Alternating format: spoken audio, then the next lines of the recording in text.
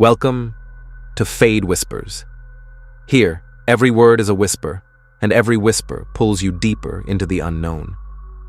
Tonight, let me take you far away to a frozen mountain range, the Ural Mountains of Soviet Russia, back in the year 1959. There, 9 young hikers set out, filled with laughter, with ambition, with dreams. They expected nothing more than an adventure, a triumph to mark their youth. But instead, what awaited them was silence. A silence carved in snow, in broken bones, and in questions that still echo to this very day. This is the story of what history now calls the Dyatlov Pass Incident. So sit back, breathe slowly, and let me whisper this tale just for you.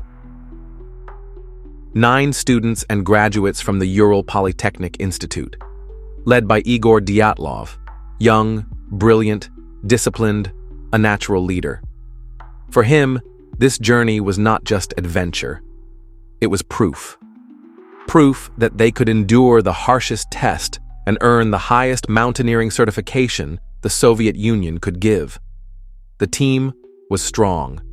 There was Zinaida Kolmogorova, lively and spirited, Rustem Slobodin, an athlete full of energy, Lyudmila Dubinina, brave and stubborn, Yuri Doroshenko, Alexander Kolovatov, Nikolai Thibault-Brignol, Semyon Zolotaryov, and Yuri Krivonishenko. 9 bright lives, stepping into the cold. But fate would have it that only 8 would continue. One member, Yuri Yudin, fell ill and turned back before the final leg of the journey. He was disappointed then, but later, he would realize he was the only one spared. In journals they carried, the hikers wrote of joy, of jokes, of music, of friendship. They were alive, their words filled with warmth. None of them could imagine that within days, their names would be forever tied to a riddle written in snow and silence. January 27th, 1959. They began their trek into the northern Urals. The wind was sharp, the snow heavy, the cold brutal. But to these young adventurers, it was part of the challenge. Each day, they pushed forward, their diaries filled with notes about hardship and beauty alike.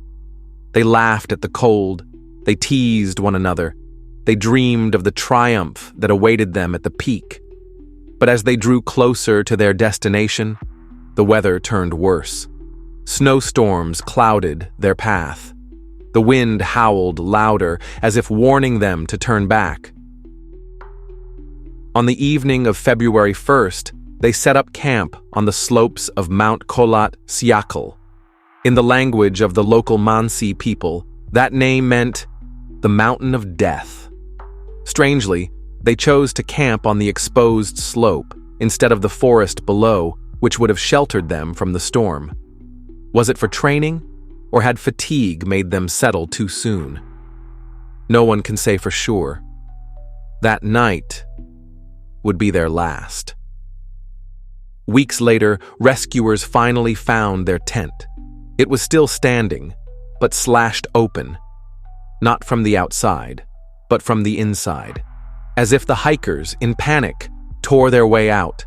Scattered in the snow were footprints, bare feet, thin socks. Some wore only undergarments. In temperatures that dropped below -30 degrees, this was certain death. The first bodies were discovered near the forest edge, beside the remains of a small fire. They were half-dressed, their skin burned by the cold. Others were found deeper into the snow, their injuries shocking even to investigators. One had a fractured skull. 2 had broken ribs so severe it was compared to the force of a speeding car crash. And Lyudmila Dubinina was missing her tongue. What force, what terror, could have driven 9 experienced hikers to flee barefoot into the freezing dark and meet such violent ends? The Soviet government launched an inquiry, but answers never came. There were no signs of an attack by outsiders, no sign of a fight among the group. Yet the injuries could not be explained away as accidents. The forensic expert declared, such damage could not have been caused by a human hand. And then, the case was closed. The official cause of death? An unknown compelling force. That was all. Files were locked away. The silence grew thicker. But silence gives birth to speculation, and over the decades, theories have multiplied. Some believe it was a military experiment gone wrong. Villagers reported strange lights in the night sky. Was it a missile test? A secret weapon? Were the hikers simply in the wrong place? At the wrong time? Others whisper of aliens. The wounds, the missing tongue, the bizarre scene. For some, it was proof of something otherworldly. There are even stories of the paranormal. The Mansi people had long regarded Kholat Syakhl as cursed ground. Did the hikers disturb something ancient? Did the mountain claim them in ways science cannot explain? And then, modern science proposed a colder, yet still unsettling theory. Infrasound. Low-frequency vibrations carried by the wind. Sounds that humans cannot hear, but which can cause panic, hallucinations, even madness. Combine that with the possibility of a small avalanche, and perhaps the hikers fled in terror. Disoriented, freezing, unable to return. One by one, they fell. But still, that does not explain the missing tongue, or the radiation traces found on their clothing, or the unnatural violence in their wounds. The mystery endures. More than 6 decades have passed. Books have been written. Films have been made. Countless voices have tried to answer the riddle. And yet, the Dyatlov Pass remains an enigma. A place where snow, silence, and death guard a truth that may never be known. 9 young lives, frozen in time. Their laughter silenced, their secrets buried beneath the mountain's white shroud.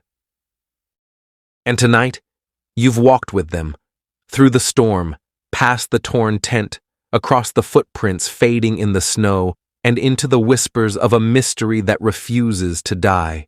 But perhaps that is what gives this story its power. Not the answers we seek, but the questions we are left with. Thank you for listening to this whisper. This has been Fade Whispers. Until we meet again in the shadows of another mystery, remember this: not every secret is meant to be solved. Some are meant to remain as whispers in the dark.